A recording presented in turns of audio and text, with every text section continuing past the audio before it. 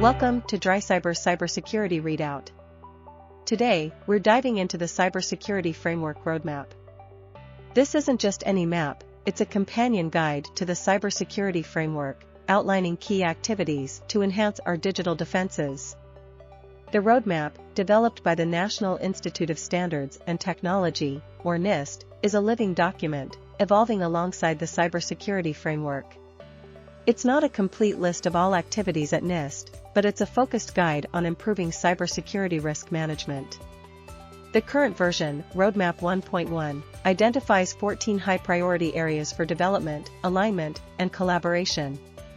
From managing the cyber attack lifecycle, to securing the Internet of Things, to fostering small business awareness, it's a comprehensive guide to bolstering our cyber defenses. So, whether you're a cybersecurity pro or just starting out, the Cybersecurity Framework Roadmap is your guide to navigating the ever-changing landscape of digital security. Stay safe out there.